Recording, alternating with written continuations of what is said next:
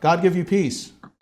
I'm Mark Delmonico, and I'm here today with Bishop Gerald Kakanis, Carolyn Hauk, Dr. David Lichter, Crystal Sullivan, and Maruja Cedeno. And we're all here to talk about a topic very important to all of us and to the church in the U.S., certification for roles in ministry as lay ecclesial ministers. Bishop Kakanis, I'll start with you. You're the chairman of the Subcommittee on Certification for Ecclesial Ministry and Service. So the fact that the bishops have a subcommittee on this seems like it indicates how important it is. But could you tell us a little bit more about the subcommittee and why the work it does is so important? You know, one of the great blessings of Vatican II was understanding that the role of the laity is not just in the marketplace, but also in service to the church itself. And since then, a plethora of lay ministries have evolved in the life of the church. And one of the things that is critical is that those to whom bishops entrust significant parts of pastoral care in their communities be entrusted to people who are qualified, who have the necessary background, skills, and competencies to make sure that their ministry is really at the service of God's people. And one of the purposes of the Subcommittee for Certification for Ecclesial Ministry and Service is to help bishops to be assured that those who are engaged in ministry in their parishes and in ministry organizations are getting the background, training, and necessary competencies to do their work well. Very important. And your own experience as bishop, now emeritus of Tucson, can you say a little bit about the work of lay ministry in your own diocese, or the ways in which you've seen the value of this type of preparation for ministry? You know, I can't imagine the church without the involvement of our lay women and lay men in so many ministries within the dioceses where we serve, whether it's at the pastoral center, in coordinating and developing programs for parish ministry, or in our parishes. I marvel at the competencies of our lay ministers and their enthusiasm and love of the church, and their willingness to bring their gifts to bear. Even though sometimes salaries are not as much as people would want or need, nevertheless, they are deeply committed to using their gifts to help the mission of the church. And I can't imagine a church today without the engagement and involvement of our lay ministers. Well, excellent points. Thank you. Dr. David Lichter, you are Executive Director of the National Association of Catholic Chaplains, and you have developed over the years a process for certification which ensures quality ministry for those in hospital chaplaincy or caregiving environments. How does that process work, and how does it benefit those ministers who are seeking to be certified? Thank you. The NACC was founded by the bishops right after Vatican II, 1965, and over the years have worked at refining a process for certification. I think about the process in kind of three ways. One is just the very consensus development of the competencies. And so those who've been in the field have worked diligently at saying, what do we need to do this work? And that develops a consensus process that creates, in a sense, a consistency, because as if I were applying, I would have those set of competencies to know what I need to be and work at in order to bring myself forward to the association. And so using this analogy, for instance, say a rector stands up for the bishop at time of ordination and says, gee, having spoken with those who've been charged with formation, I really feel this person is ready. Or the case also for permanent deacons, that they are ready. In many ways, as a national association, we're entrusted with that readiness. And so the competencies developed through consensus, a consistency of preparation, and interviewing, because each person, they present their portfolio, and then come before three peers to present him or herself. So there's and that process is strongly monitored. We have people who are engaged in ongoing evaluation of the process. We have those engaged in the process provide evaluation. And so there's a consistency of process. And finally, there's ultimately a confirmation process where, as the commission, they say, yes, they're ready. But that is all then provided to the bishop to say, will you endorse this person? And so the bishop's endorsement is one hand saying, yes, this person is in good standing with the church. But the other is, there's an acknowledgement by him that this association has taken seriously the process, as much as the seminary took its process through this certification, to say this person is prepared not just to work professionally, but truly to be a representative and a minister of the church to continue the healing ministry. Well, that's great. And from the standpoint of, as you said, working with the bishops to identify those individuals who have completed this process and are well prepared for it, is your sense that those bishops you've worked with value this and see this as something that is integral to the healthcare ministry that they provide? We have certainly, over the years, received strong affirmation in this process, especially as the profile of the NACC has moved from 20 years ago, over half are religious sisters who served those healthcare communities. 20 years ago, 17% were lay people. Now 40% are lay women and 70% are lay men, so 57% are lay people.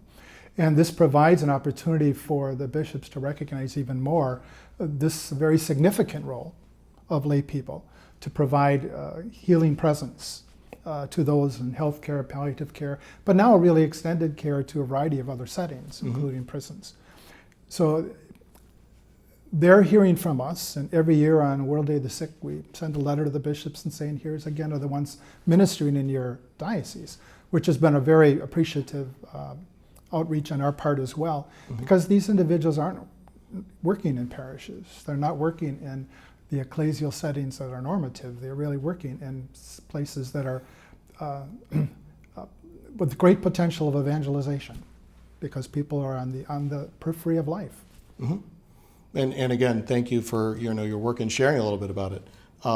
Carol Ann Hauk, you know the value of all of the things that David was talking about because you yourself are a hospital chaplain and you have been certified in that role and have worked with NACC. Would you say a few words about your own experience of that certification process and about your work in ministry? Sure. I really want to talk about that from two different perspectives. The first is from the perspective that I have as a director of chaplaincy care. And I know that when somebody applies for a job with me, knowing that they have been certified, I have assurance that this applicant has at least met a minimum standard and would be somebody that I could trust to be out and about with patients throughout the hospital. The other perspective where I find value in certification is from my own experiences. It was a process to become certified, and I will tell you that in the end, I felt very reassured knowing that what I was bringing were skills that were affirmed by my peers. And that really was very valuable in helping me to feel confident in the pastoral care that I was bringing to the bedside. I continue to appreciate certification because in one respect, it keeps me on my toes. And by that, I mean, I'm always looking to improve and to think about what am I doing during this visit with a patient or family or staff members that I care for. The whole process of certification and the competencies that we are held accountable to remind us of ethics, reminds us of the many different ways that we are responsible and accountable to our church for caring for these individuals that are right in front of us. I appreciate that we have a renewal of certification. And so with a renewal of certification, I am looking to learn new things and always looking to improve, because I think that any one of us can say we always have something to learn. That's great, Carol Ann, and thank you too for the assessment and honesty that you bring in terms of both the value of it having gone through the process once, and then the idea being that certification is not something that's a once for all time thing, but something that continues forward. Really appreciate that. Crystal Sullivan, you are a certified campus minister at the University of Dayton, one of the largest Catholic campus ministries in our country. And you've helped oversee the development of new standards for certification for the Catholic Campus Ministry Association. Both as a campus minister yourself and one who encourages lay ministers to become campus ministers and even to seek certification, what do you see are the benefits to that process, both for yourself and for them? Sure. Answering a call to be a pastoral minister is something that's sacred for all of us. And we tend to do it because we want to serve the church and we want to serve Christ. And sometimes forgetting that there's certain skills and competencies that we have to use once we get into the ministries. And certification is a way for a pastoral minister to be able to understand what those skills and competencies are and to actively work towards growing those and developing those based on the roles that they're going to have. As a hiring agent, I'm also very concerned about bringing on new members of my team who have the competencies and skills to function well in this ministerial environment, and building people over time. And certification is a way for pastoral ministers, for campus ministers, to be able to look and see at what level they are at some competencies and have a plan for professional growth over time. Recently, in the Catholic Campus Ministry Association, we revamped our standards and our competencies and developed a tiered model of certification that allows a person who might come in from different angles, different experience levels when it comes to entering into ministry. So, for example, a lot of people are starting in campus ministry as volunteer missionaries, and there's still some basic competencies that they should have. And so our first tier allows people at very beginning levels to be able to work on developing those competencies, even if they don't have a master's degree yet. And then the second and third tier increases in level of competency and allows people to be working on their degrees, their master's degrees, while they're also improving their competencies as a certified campus minister. And we have a vision that this will improve ongoing formation for campus ministers over time, giving them opportunities to reflect on themselves and their experiences, as well as to contribute in new ways as they develop new competencies and skills to the profession itself. Well, and that's a wonderful process that you've articulated there. What I've seen from the CCMA standards is that you have really set it as a developmental process, something that Absolutely. takes people from where they are, gives them skills at a level appropriate to their capabilities, but encourages them to grow. Which is That's right. a great aspect of that process, and I appreciated seeing that in your work. So thank you. You're welcome. We really noticed that people are coming in from at different places. They might be in another ministry in the church, or they might just be starting out in ministry or choosing ministry as a second career. And we wanted a certification model that would really allow people to enter in at different stages of life. Thank you, Crystal. Maruja Cedeno, you are the director of the certification process for the Ministry Formation Institute in the Diocese of San Bernardino. How has the work of the Institute helped prepare lay ecclesial ministers for roles in ministry there, reflecting on the realities of both the intercultural aspects of your diocese as well as the larger church? Yes, our diocese is very multicultural. And so the realities that we face here are a little bit different than the ones that you will face in some other dioceses.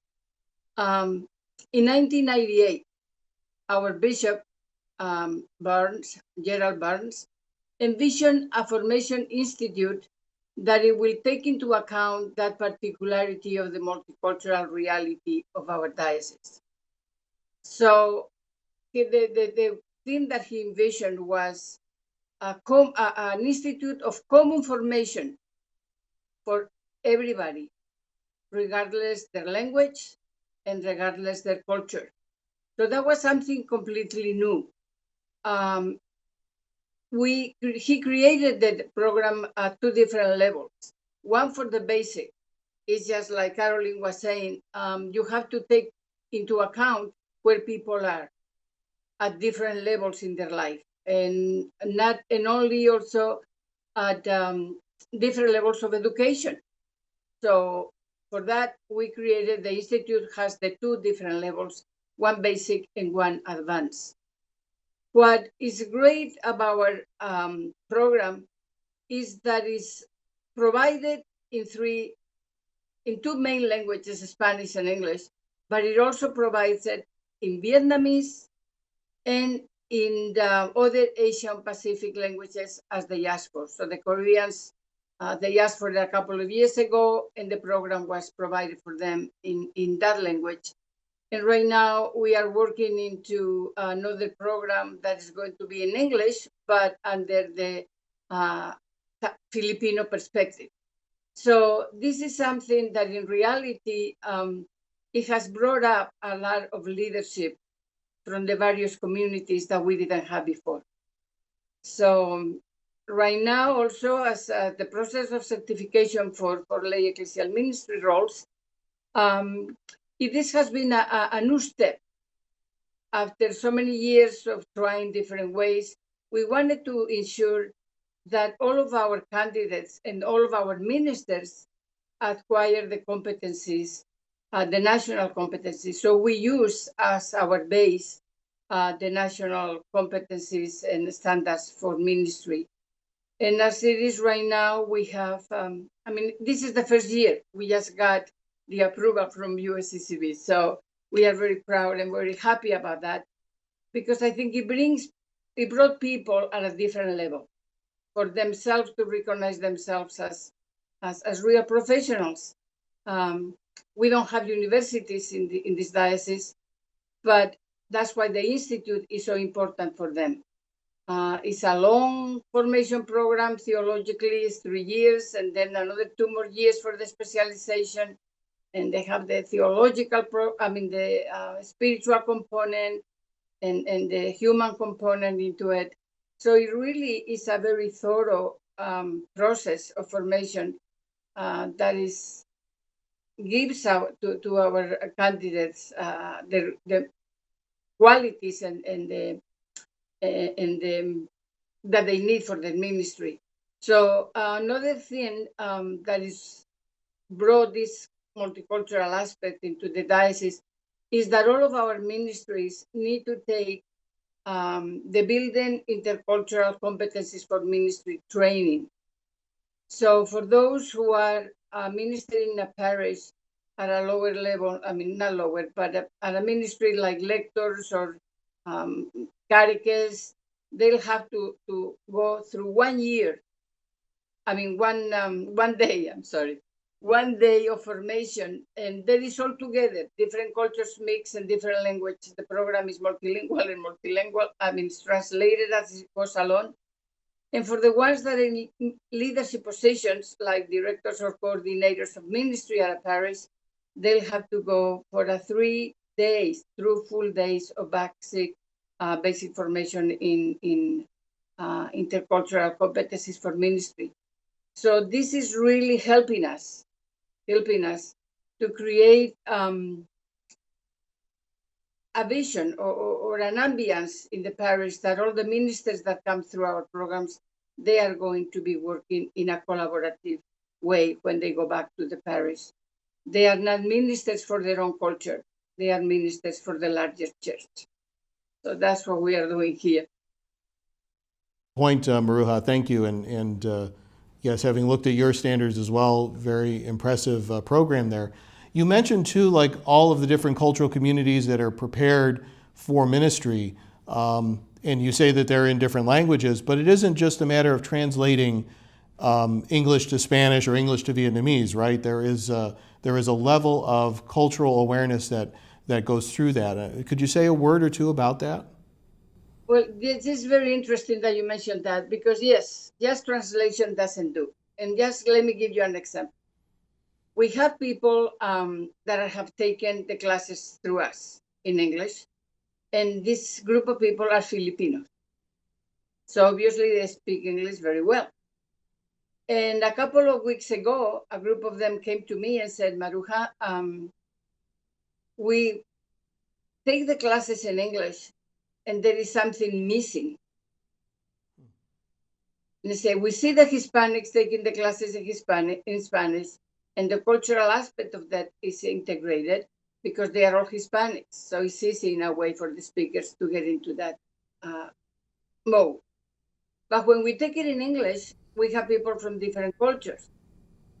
And sometimes it's very difficult for us to understand what's going on because the examples they are giving or the concepts in the way that they are delivered do not relate to our culture.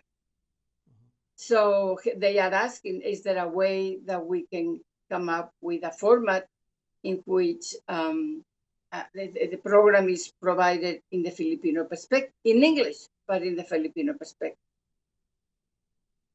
So I said, yes.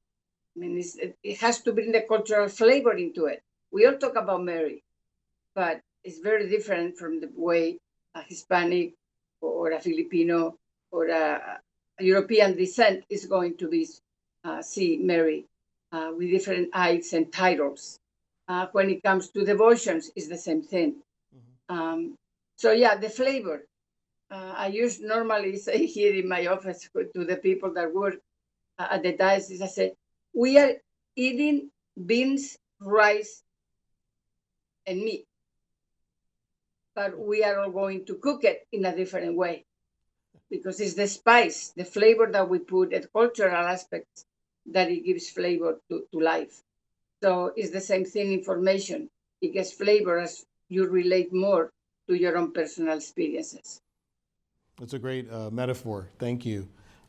Bishop Kakanis, I wanted to return to you.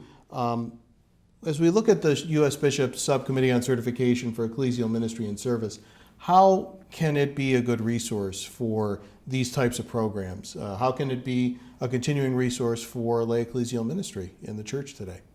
You know, when the bishops established this subcommittee for certification as part of the Committee on Catholic Education, they did so with the hope that people involved in parish ministry, people involved in our ministerial organizations will have a place to turn to review what they're doing, mm-hmm.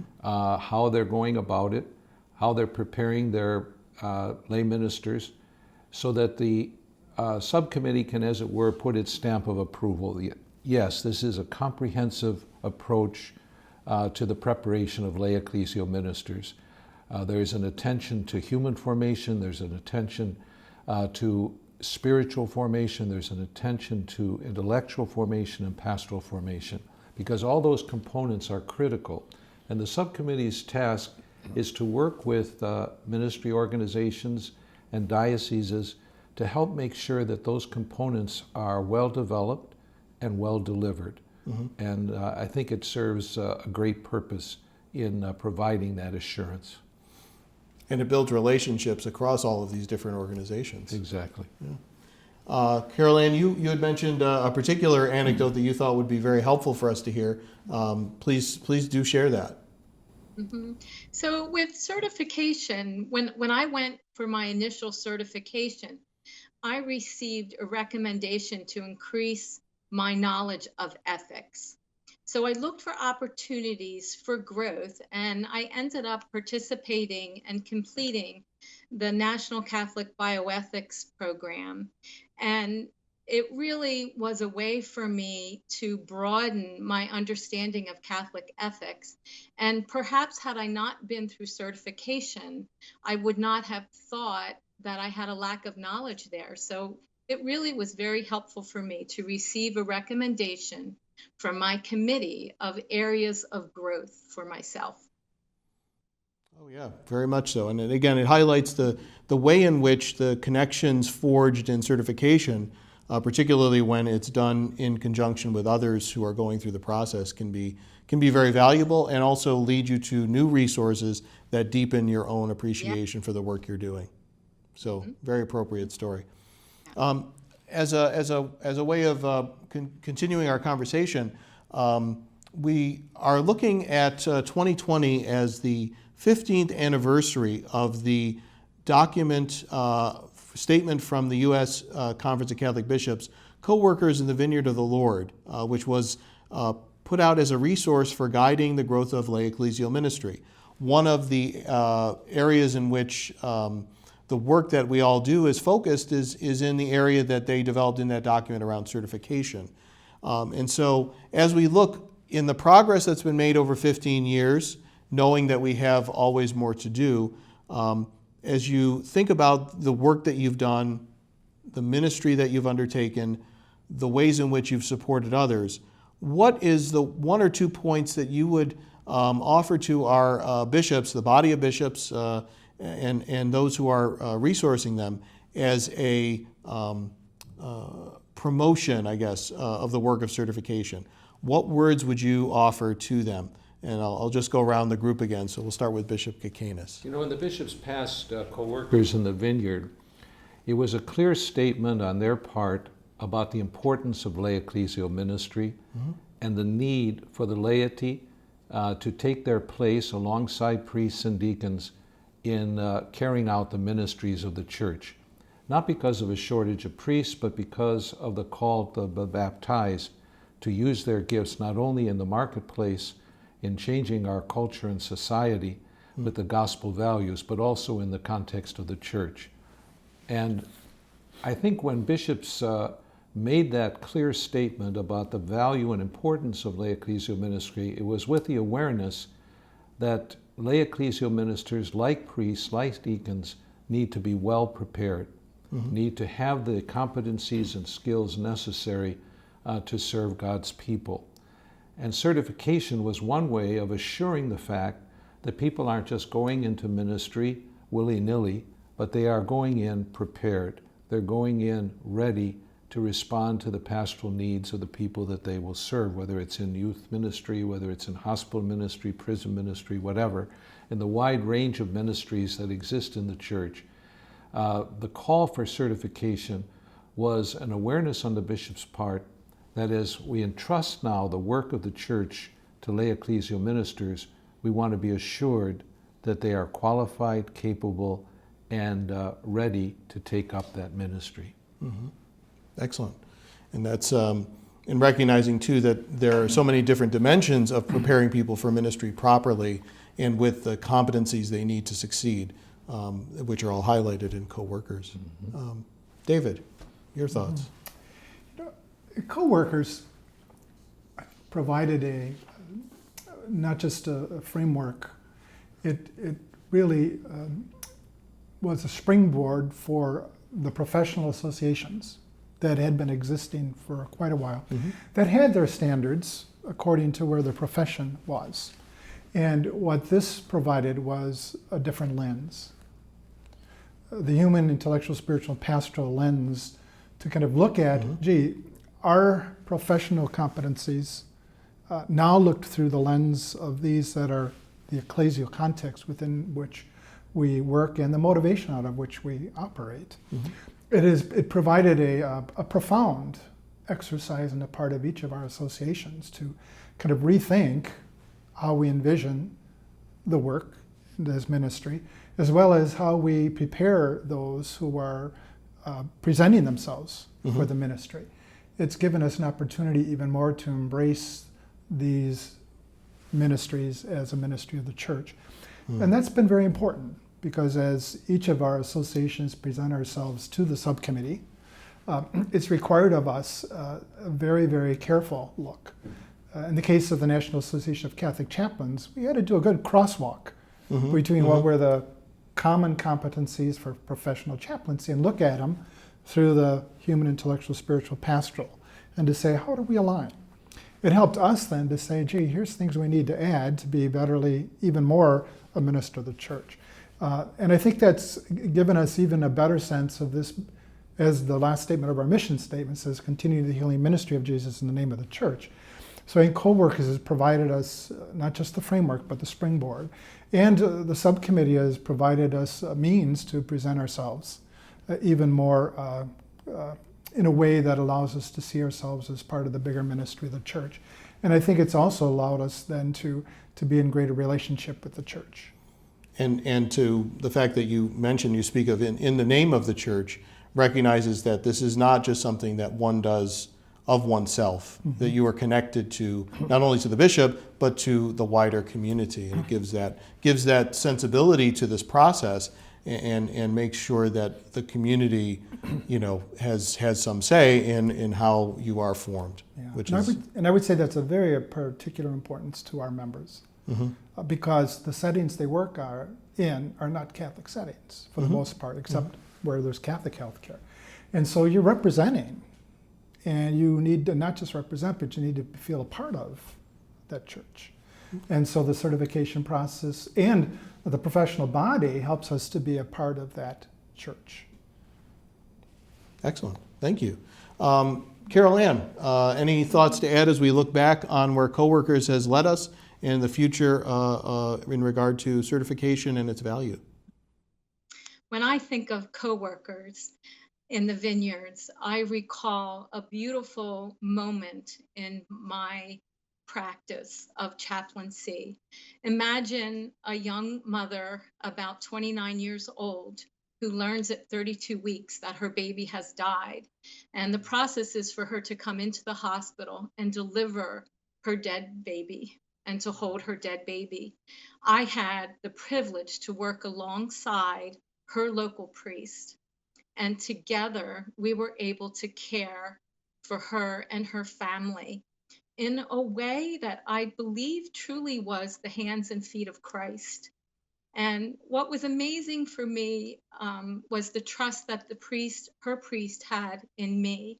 We've had many opportunities to work together, and knowing how much work is on the priest's plate, it was comforting for him to be able to leave knowing that while this woman was in the hospital, there was somebody there at the ready to come to her bedside when she needed that. And then to be together at the baby's funeral. And then for me to be able to check in with the priest and say, how are you doing?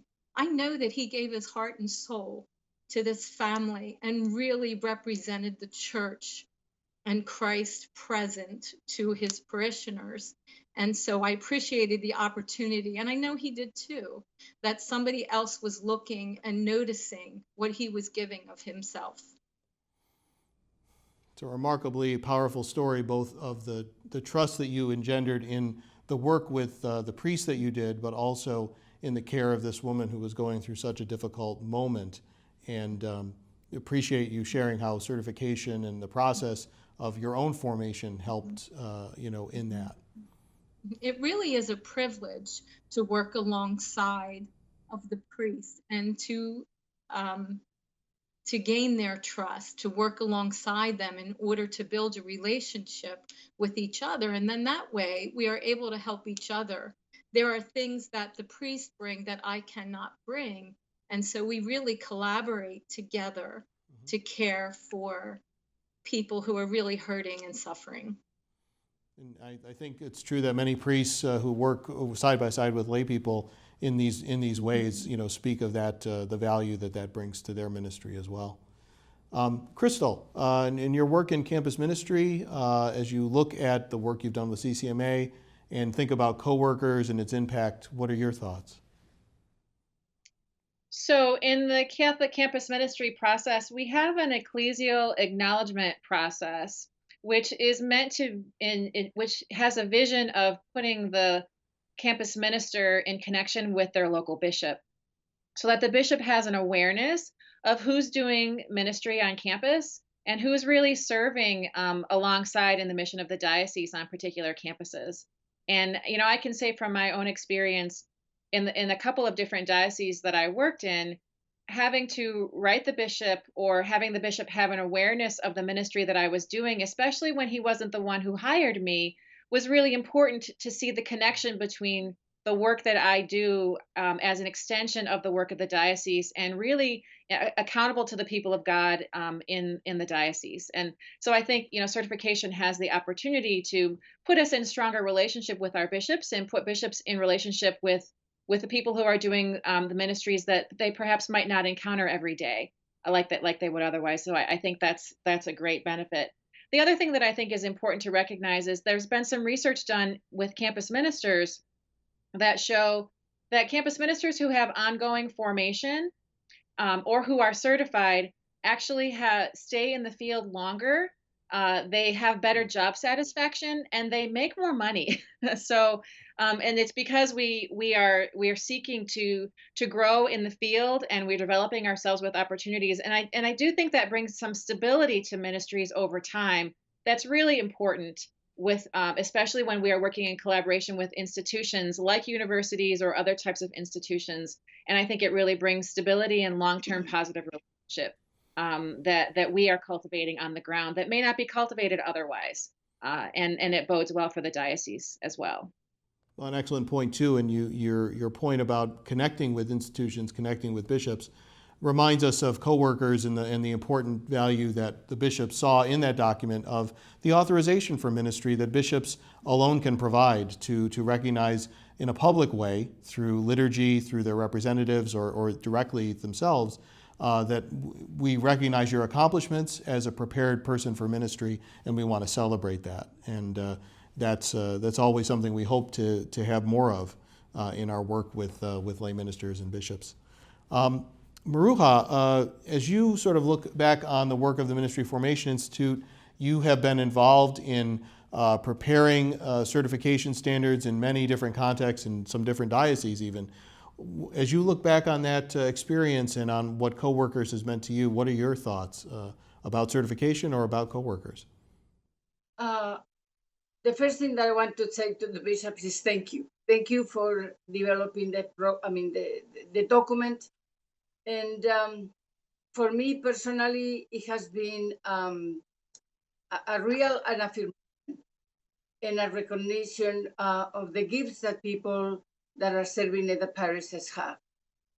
We have many dedicated ministers from every culture, from every language. My experience, especially in Chicago, it was great. They had a wonderful program for ministry formation in general.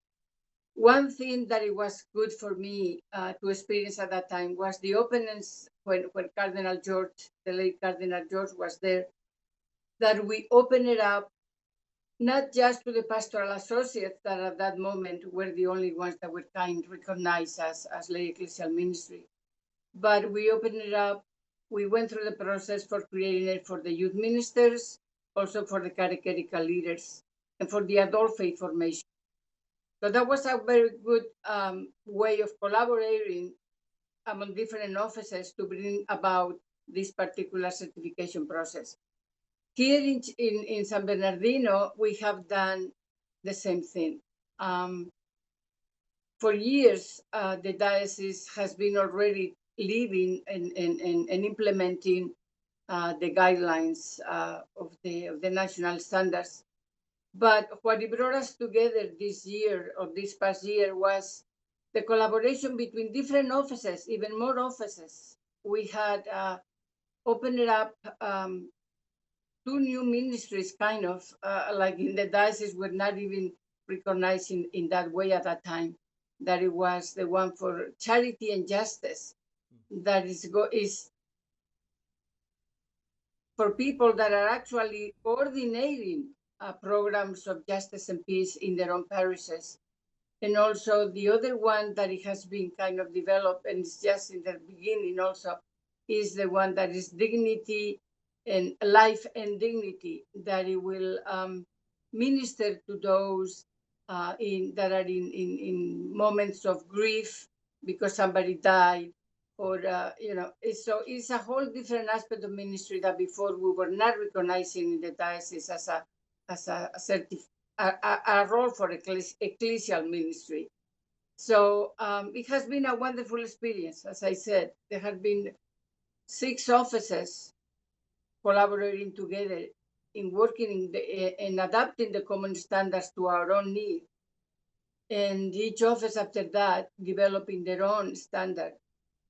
So we are very excited. We have right now 20 people that have entered into the process of certification, and we hope that by June we will have some of them. Maybe not all of them will finish the process. I don't know, but we are there going, and they are very involved in their own self-evaluation and in getting the pastors involved into it. So for me, my experience, it has been a growth experience myself as a minister. I have worked for the church all my life. But seeing how now the opportunities are open for people from different cultures. One of the beauties that I'm experiencing here in San Bernardino is that I have people from every culture. I have Africans, I have African Americans, I have Asians, Pacifics, I have Latinos from the different countries of Latin America, and also, the European descent, all kinds of it, that they are involved in the process. So all of this, I think, is bringing enriching the church. And what I had to say to the bishops is continue doing the great work and try to encourage in your diocese as much as you can common processes of certification. Try and do the same things for the different languages from the different cultures. We are all in one church and we all believe in the same God. And sadly, in some places, it's not that so. People are going separate tracks. But I think the roles of the bishops is really a key. You are the agents of change in your dioceses.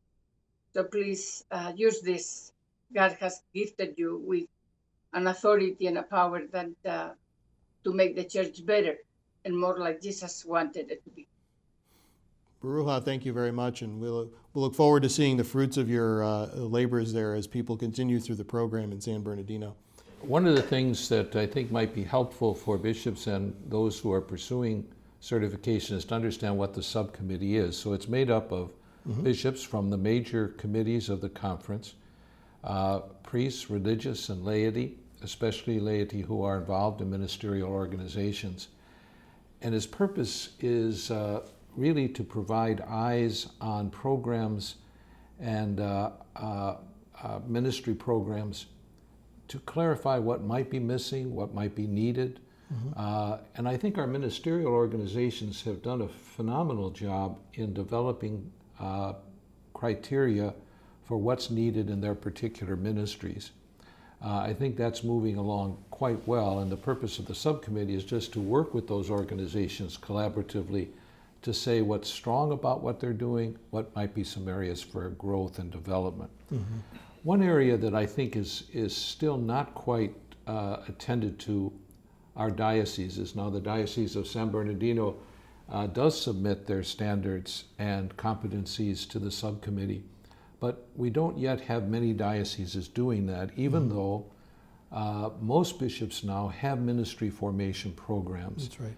And I think it would be beneficial for bishops to understand that this is an opportunity for them to have their programs reviewed, seen as what's strong, what are some areas of development that are necessary, so that they can use the subcommittee, which belongs to the conference, to assist them in seeing what could be done to improve and enhance their ministry formation programs that they are certainly very eager to have happen.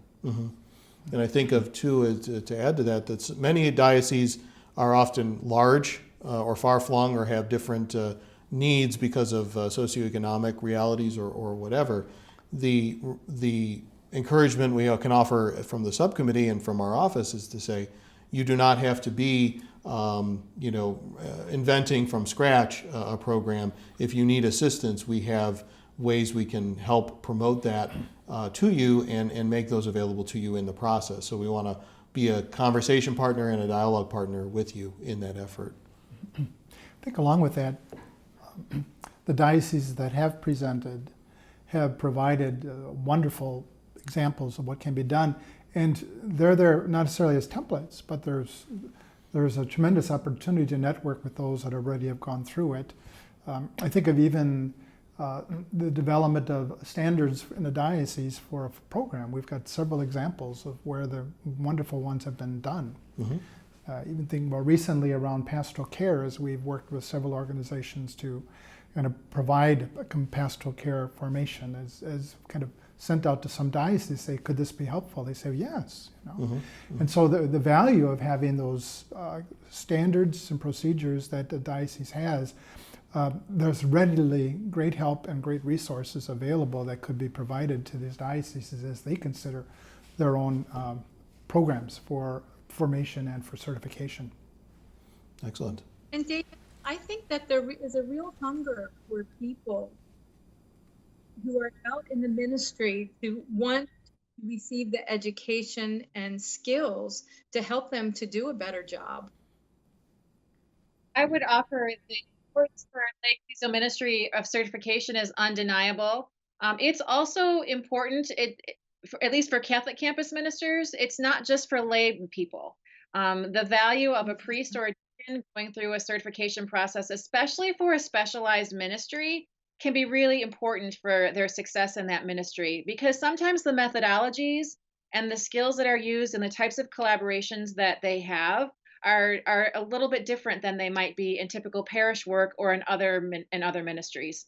So while this is really important to increase the lay competencies in ministries, it's also not exclusive to lay people. I think priests and deacons, I've known a number of them that have really valued going through the process of campus ministry certification, and it's really enhanced their ministry and their success in their ministry and their happiness in their ministry. It's an excellent point. Yeah, I would like to add to this. This is what you were saying about the pastors and the other people, or the permanent deacons actually also, that are working with our candidates for lay ecclesial ministry, the ones that are preparing for going through the process. The fact that they are also being brought into the self-evaluation and the evaluation of their own ministers has made them aware of the professionality also of the work. And they don't think that they're just, this is the poor guy, you know, so nice, but what can he teach us? Or how can I am a priest, I am not, or I'm a permanent deacon. And they realize that they have much more in common than they thought, and that they have a lot of, the communication has increased, and the work, and nobody has all the gifts, and we all need each other to build the kingdom of God. So that collaboration among the ministries and among the different levels of ministers in the diocese has been a blessing that we have been finding. We are finding right now as we move into the process of bringing these candidates into the full certification. So it is wonderful. Another thing that I want to say has to do a little bit for us as directors or whatever we do in our ministries, not to forget the processes that the individual cultural groups are going through. We have the Asian Pacific came up with a conference, they came up with a wonderful pastoral letter. I wonder how many of the people, that are not Asia Pacifics have really read the document and brought it up to see. This is one more document from the church, as valuable as the ones that are being done for the English-speaking community. So we need to really, I don't know how to say it, but now we have the Quinto Encuentro just happened. One of the big national initiatives has been the leadership formation of the Latinos. I think as a church, we have an obligation to help out those who are in need. Let's put it that way. Those who are in need. And I think in our ministries, as we look to our organizations, national organizations, there is also a role that we have to play. I know that in many cultural groups, to have a master's degree in order to be able to be certified is a completely impossible, as this is. It will happen with time, but as right now, it's not possible. So what the USCCB is doing in this process of certification of competencies and standards is looking at us, or people like us in our diocese and others, in which we don't have universities in which we can send our people to school. But if the competencies and the quality of the program that is being provided at the diocesan level meets the standards of the national certification, the national associations, that's a good way of improving the quality and also the self-esteem of the ministry itself. You know, when they say, okay, I am prepared. I have gifts that I can contribute to the larger church. So I think this is very important for all of us that are in some type of leadership in ministry to bring that particular aspect. You know, as we celebrate the 15th anniversary of the passing of the Conference of the Document, Co-workers in the Vineyard, it might be time to dust off the document and kind of take a re-look at where we are in the church and the role of lay ecclesial ministry and the tremendous progress that has been made in these 15 years, but to look at what now is needed to even better prepare our lay ecclesial ministers, to find better ways for our people in ministry to collaborate and cooperate, to be truly co-workers in the vineyard. It might be time to relook at where we are and what's needed now to move forward even more with bringing the tremendous gifts of the laity to the work of the church. And I think just on our little panel here, to meet Carol Ann, to meet Crystal, to meet Maruja, David, I think bishops can be quite pleased to see the quality of people who are going into ministry and who are ready and eager to assist the church to realize its mission. It's a wonderful, important note to say, well, how can we move forward together in this important work? Other comments? If I could just add, Crystal, the word specialized, I think about the general ministry formation and in different settings where you have the basic qualifications to do the work. And I think even as one prepares for priesthood, there's ability to enter into a parish setting. But ministries are specialized. There's so many different ones, whether it's a chaplaincy or campus minister or prison ministry, and how important certification becomes in that process. We all want to be good Catholics. We all want to live good lives, but when it comes to working in certain settings, the more that the church can provide guidance and oversight to say, no, in those settings, here's what you need. And the more that the bishops and others can encourage people to say, no, to do this work, you really do need the specialized. And therefore really encouraging campus ministry or chaplaincy or the prison ministry setting, saying, no, we want you to go through this. We want you to be feel confident that you've kind of been able to be seen as a minister of the church, and you feel confident in the tools that you have and the gifts that you had. So I think specialized ministry is a very important language to use here related to certification. And that it is something that the church has had a lot of experience with because it has done the work in preparing priests for ministry, deacons, and now increasingly lay people. And many of the dimensions of formation that are integral to co-workers in the vineyard are also found in those other documents that resource the ordained leadership's formation. No, Carol, you mentioned that you really wanted to pursue certification and education, and yet we know that sometimes lay ministers are reluctant to take those steps. They may not see the value of it or what benefit results from it. I don't know if any of our panel could comment on that, how we could encourage our lay ministers who may wonder what the value of certification really is. The first thing that I think about when you mention that, Bishop, is looking for a discernment process and affirmation of your gifts and your call. And I think when someone pursues certification, it really can be a discernment process for them to figure out, is this where they're being called? And I think there are different avenues, and often it is by talking with people who are already in the ministry and learning from them. What was it that brought them to this particular ministry? And discerning then with that person, might this be an area where they pursue a professional life and a way to increase their skills?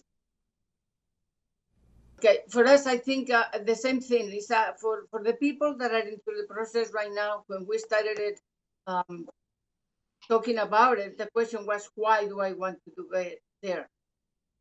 So as we started looking at the benefits for themselves, I mean, what was the why do you want to go through this? And I think the first thing that came up was for them for a discovery. Okay, we are always a little bit, how will I say it, unsure of our gifts and our ideas. And knowing that I have been able to achieve all this theological education, I have been able to be able to teach myself to others. I know that I am able to listen to others and be compassionate to all of that.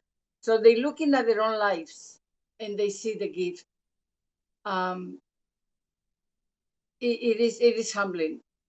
There have been moments in which people have cried, just realizing that they have gifts that they thought they did, but they was not sure because they were never recognized or never highlighted.